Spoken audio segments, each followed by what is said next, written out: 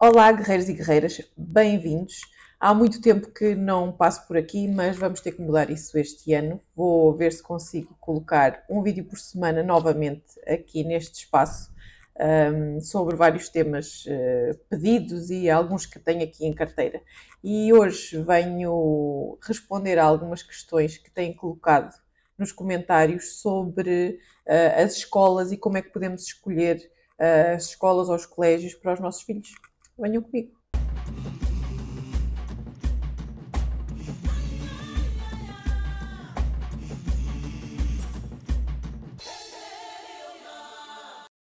Como escolher uma escola para os nossos filhos aqui em Luanda, Angola? Existem várias condicionantes que nos podem levar a escolher uma escola em particular, que temos que levar em conta. Não vou dizer aqui nomes de escolas, existem muitos colégios, existem muitas escolas das quais nós podemos escolher. Vou levantar algumas questões que eu me coloquei quando escolhi a escola ou a creche dos meus filhos. Uma delas foi o tempo de viagem que eu ia ter com eles. Portanto, quem vem, por exemplo, de Talatona para Luanda, torna-se um bocadinho mais complicado conseguir essa gestão. As crianças se acordam muito cedo.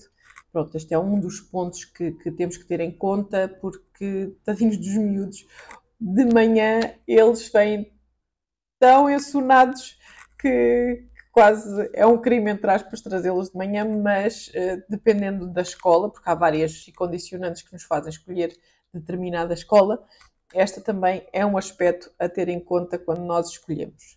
Outro aspecto pode ser considerado o número 2, por exemplo, são os valores das propinas. Nós podemos gostar muito de uma determinada escola ou de um determinado colégio, mas os valores estarem muito acima do nosso orçamento, o que acontece várias vezes aqui em Luanda, que o orçamento é assim astronómico.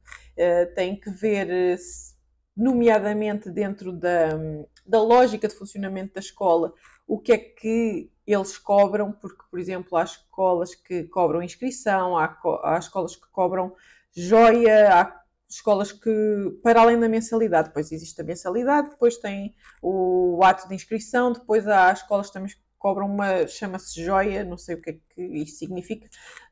Depois podem também cobrar atividades extracurriculares, depois também podem cobrar as fardas. Existe todo o mundo de propinas e de pagamentos associados à escola que temos que levar em conta. Número 3, uma das coisas muito importantes que podemos e que devemos reparar, existem vários colégios e temos que saber já à partida, ou não, mas pronto, temos que saber já à partida, por exemplo, em que universidade, ou se queremos que os nossos filhos estudem até à universidade em Angola, se queremos, por exemplo, colocá-los na África do Sul, ou que voltem a Portugal, ou que vão para a Inglaterra, portanto, existe um mundo de possibilidades.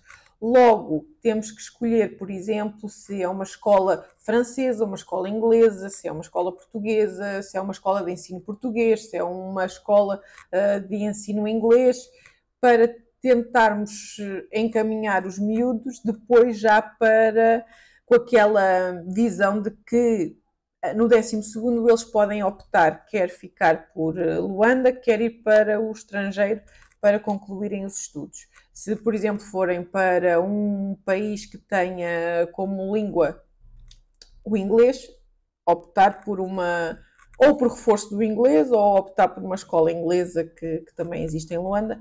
Portanto, já temos que ter esta um bocadinho, esta visão do futuro, caso se queira enviar os miúdos para poderem continuar os estudos fora.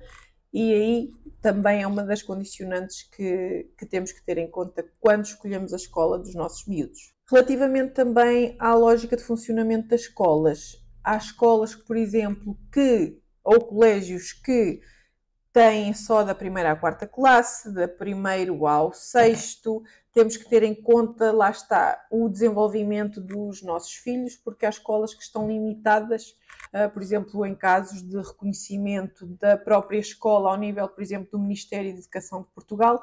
Temos que ver se a escola tem os anos letivos completos ou se está sequer em parceria com o Ministério da Educação de Portugal, por exemplo, para perceber as equivalências, se existem equivalências, se não existem equivalências. Portanto, é um processo só de papelada que, pronto, não é assim tão obrigatório pensar já, mas que pelo menos se saiba que os filhos têm escola até que ano, até que ciclo eles tenham. E porque depois, o que é que acontece também muitas vezes nas escolas cá?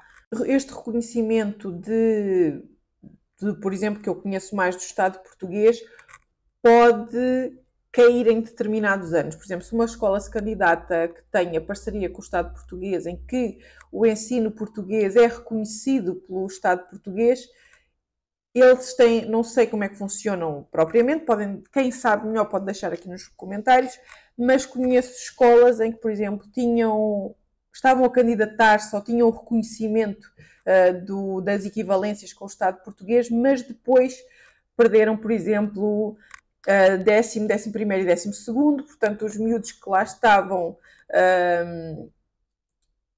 perderam equivalências, não sei como é que funciona, mas temos que ter atenção, quando pomos os miúdos nas escolas, se a escola efetivamente tem parceria com o Estado português, se tem equivalências, se tem reconhecimento e até que ano tem esse reconhecimento, se queremos garantir que depois a passagem para a universidade seja mais fácil ou mesmo que seja mais fácil a chegada às escolas ou que, por exemplo, alguém que se mude de Luanda para Portugal que possa entrar diretamente no ensino português lá. Portanto, é um processo que temos que ter em atenção, estas equivalências e estas regulamentações entre Luanda e Portugal, ou Angola e Portugal, caso se queira que os miúdos eventualmente voltem a Portugal para estudar ou que vão para Portugal estudar. Temos que ver também a questão dos professores e a estabilidade da própria escola.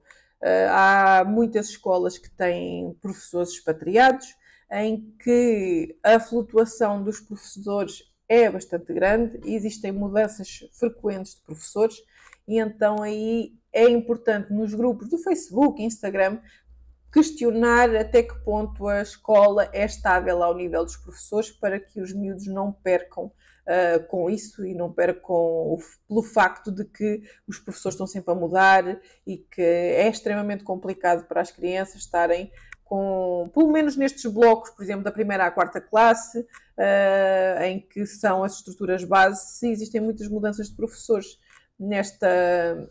neste ano, pode ser complicado para eles se adaptarem e para terem uma estabilidade na própria escola. Depois também é muito importante para aqueles pais que têm crianças com necessidades especiais perceberem até que ponto existem escolas que consigam receber os vossos filhos, que tipo de condições têm. Nem todas as escolas aceitam crianças com necessidades especiais.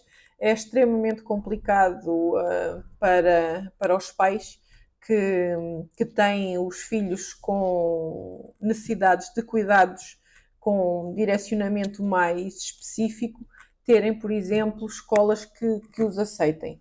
Não é o meu caso, portanto não sei muito bem da realidade, mas pelo que eu vejo nos grupos de mães, há poucas escolas que aceitem crianças com necessidades especiais. Há cada vez mais a aceitar, mas não as suficientes. E pronto, no fundo é isto. É uma questão de se pesquisar bem a escola para onde queremos ir. Em caso dos expatriados, é perceber se, quando vêm para cá e não têm uma base familiar cá, perceber se a vossa contratação também é extensível aos vossos filhos, porque há contratos em que as próprias empresas garantem que os filhos têm um lugar em determinada escola. E então é ver nos grupos de mães, é ver as experiências também, quer nas creches e nas escolas. Eu falei mais nas escolas, mas, por exemplo, experiência de creche é perceber com os outros pais como é que as creches funcionam. Outra coisa também muito importante é a questão de levar e trazer os miúdos, por exemplo, em caso de escolas em que só tenham meio tempo, perceber se querem colocar os miúdos, por exemplo, no ATL, ver como é que pode-se fazer o transporte dos miúdos de casa para a escola, de escola para o ATL, do ATL para casa, ver se lá está, existe a necessidade de alguns pais poderem contratar motoristas, se existe necessidade de serem os próprios pais a ir buscar as crianças. Portanto, são realidades que cada um terá de escolher e ver o tempo que tem disponível para ir buscar e levar os miúdos. O trânsito em Luanda ainda não é fácil. Nas escolas, entradas e saídas, nos picos das entradas e saídas é extremamente complicado.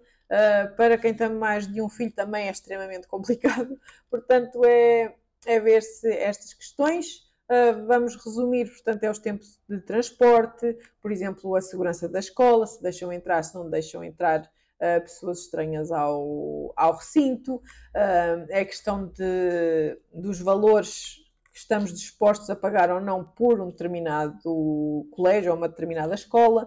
Portanto, são várias as condicionantes que nós temos que ter em conta para podermos ver qual é a melhor escola que se adapta às nossas necessidades. Ver também a questão dos colégios que são bilíngues, por exemplo, caso queiramos que os miúdos depois façam um percurso para o exterior. Portanto, existem muitas coisas a considerar, também não é só o nome da escola, é preciso pesquisar nos grupos de mães, por exemplo, torna-se muito mais fácil partilhar, porque depois também enviamos mensagens privadas umas às outras e conseguimos ter opiniões mais concretas. Visitar as escolas também é importante, portanto, é um processo escolher a escola dos miúdos para que eles tenham uma vida estável e que tenham um bom ensino em Luanda. Pronto, no fundo é isto. Espero que tenham gostado. Para a semana, há mais. Tchau.